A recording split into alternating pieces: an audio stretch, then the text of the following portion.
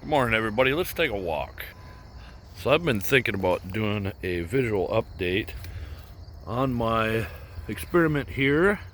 Not only that experiment, I suppose, but this whole experiment of having a backyard food forest.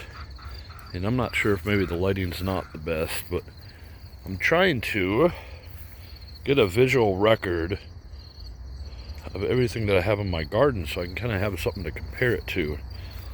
So we have this, I don't know, we have this nursery kind of area set up where we planted a peach tree. Apparently we have a wisteria, as a commenter had mentioned. I think he's right. We have a bunch of different yellow and red raspberries here. And I just wanted to have a visual record so I could see just how tall in August 29th of this year, 23, how tall my maple trees had gotten that just spring up on their own. And the elderberry I had planted this spring is about 4 foot tall. And I walk through this area, or all these areas, every day, kind of seeing stuff. And maybe if I go on a weekend trip, I come back and I'm like, man, is that a lot bigger than it used to be? Or, things like that. So it's really hard for me to track. I'd had the idea that I would, there's some asparagus there. I had an idea that I was going to go section by section, and that I was going to make a more detailed thing. Like I'd come into this area and be like, this is a service berry and there's sea berry and all this other stuff. But, it just hasn't worked out.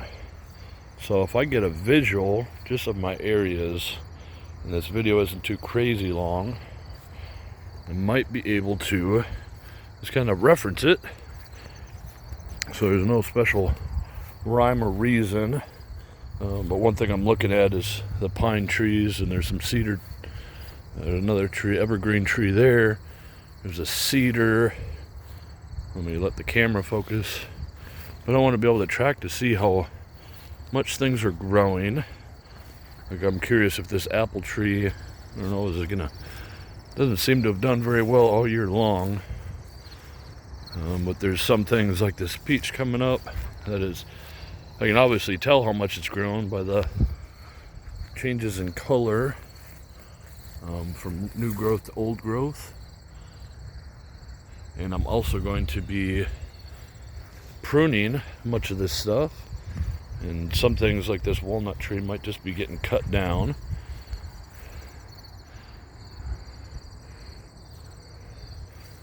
So I don't know how everybody else is doing. I hope you're still watching this video. And I just wanted to say that I'm very happy that I started not mowing my grass about 3 years ago.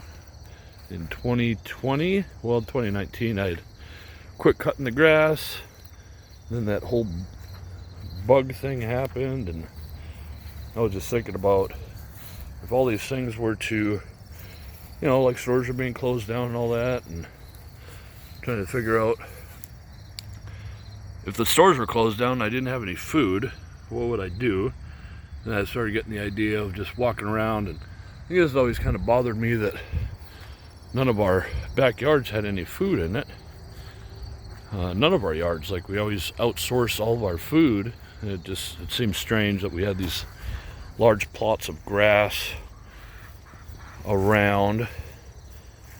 Nothing was coming out of it. So I had the idea or the vision, or watched a video or something about a guy just walking through his backyard and picking apples and raspberries. And I thought, well, that's pretty darn cool. And all you do is plant a tree in a bush and they do the work on their own. It's just a natural process. I don't necessarily have to come in with fertilizers and all these other things. So now I have a baby elderberry that was planted this spring. There's asparagus from last year. Let's put some seeds on, as you can see. There's a peach tree that's still struggling for whatever reason. And there's a large aronia berry right in the center there. We still have this row of cedars and a couple of pines now. We're trying to get a little walking path through here, so I regularly come through, kind of mat this grass down. And it's so dewy here. That's one of the great things about having all this random foliage, is the amount of dew that gets collected really helps to feed this almond and that autumn olive right there. There should be there's another 9 bark right here. There should be another service berry tucked away in here somewhere. There's that one right there. It's a service berry, an Allegheny. We will be looking to buy some other June berries and Saskatoon berries, because these American or the native varieties just they don't produce as much fruit as, something that's been selected for fruit size and taste. So we want native specific things. However, we do want to get some sort of production out of here. I can't have every tree being native, in air quotes, native selections that don't produce to the max extent. And I don't plan on being too crazy about pruning or food production, because there's so many. There's about 85 trees, fruit bearing and nut bearing trees here. And then there's a good 7 or 8, I'd say, elderberry right now.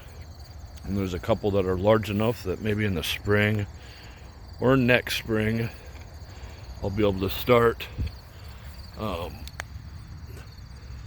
trying to get this is a cherry, I forget what kind, Carmine Jewel, try to get it in, Carmine Jewel cherry.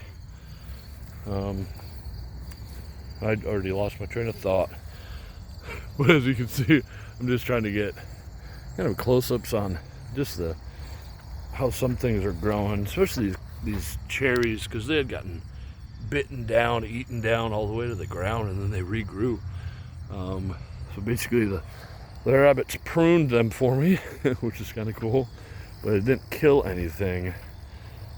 I'm trying to get a good visual of this, because we have there's an apple, sweet 16 apple, I think. There's an aronia berry, honeyberry, and there's another cherry. I forget what kind. I can look at it later. I got things pretty well packed in here. Like, this is one thing that obviously that's grown incredibly. All this hanging down. That's a goji berry. The first 2 years, this is its 3rd year in the ground here, like barely did anything. I was like, no way. And here it's trying to put on fruit in August.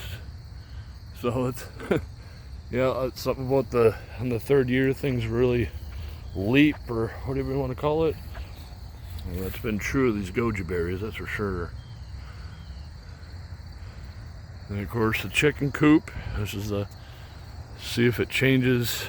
I was actually thinking the other day I might just buy another one of these and cut out a wall and just connect 2 of them side by side and just run netting all the way around this mulberry.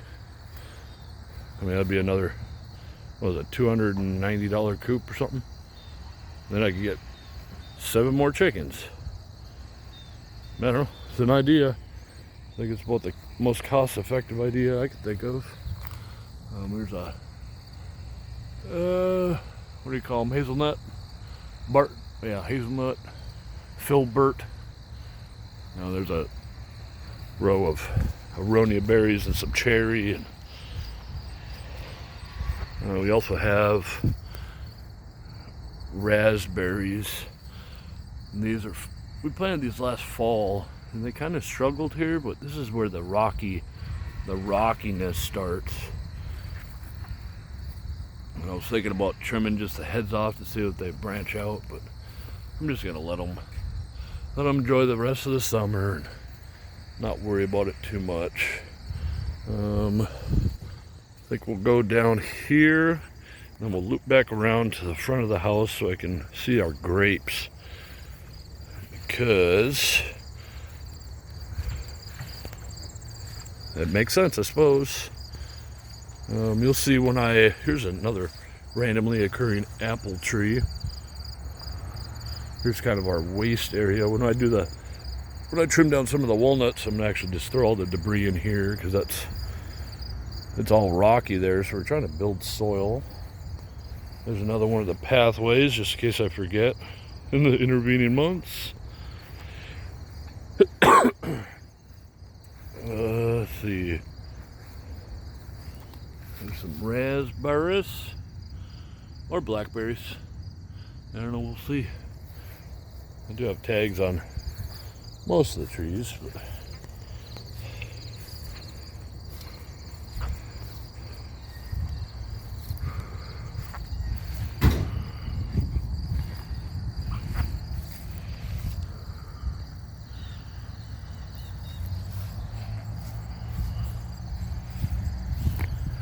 there's a mulberry.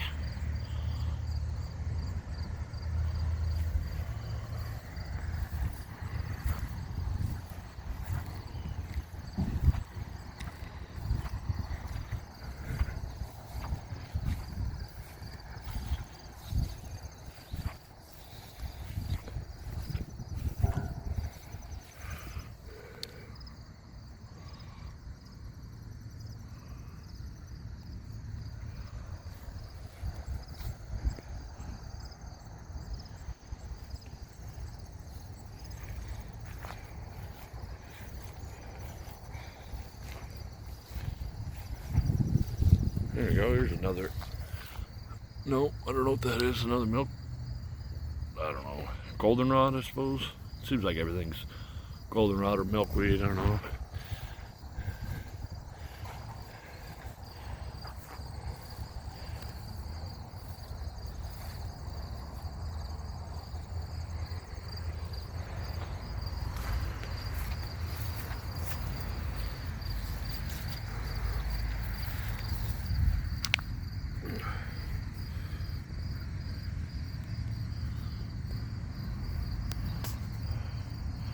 Another almond straight back there, the yellow tag.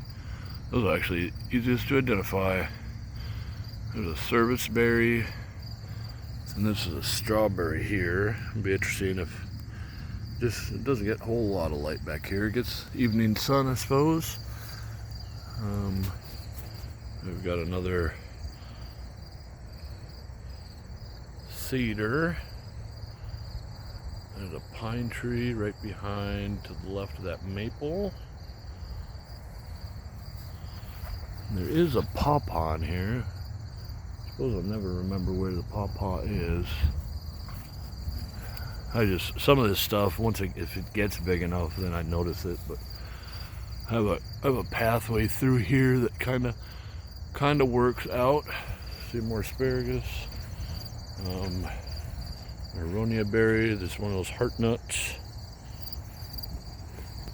Well, yeah, as you can see, I started making a pathway here. It branches off to the left and then it goes to the right. I just wanted some sort of access through here. There's a hazelnut, that little blue tag, that didn't seem to make it, but it might. I mean, the roots might be okay and it'll come back in the spring. But there's, of course, a bunch of different evergreen trees that form a perimeter from the edge of that gravel all the way along. So there's a couple of lingonberry bushes in there.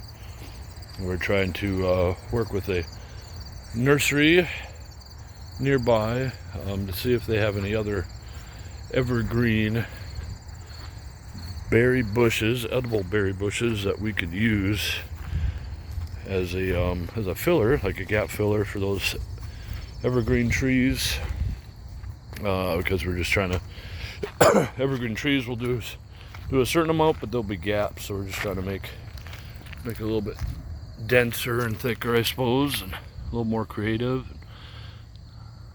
Definitely if it produces food, we want it. There's another mum. There's so many mums, like 87 different mums, and I suppose we'll probably own them all. And that's something about juglones, just for the heck of it. There's a decent walnut living right next to a maple. I think the maple's doing all right. I mean, it's maybe my second tallest maple compared to that one. Yeah, I don't know. Guess I'm not too sold on the whole effect that juglones has, especially watching guys like Edible Acres, and they're growing mulberries and pawpaws around them. And yeah, I just don't know. I just don't know. But here's the grapes. Another grape. And those have actually done really well with adding comfrey leaves around them.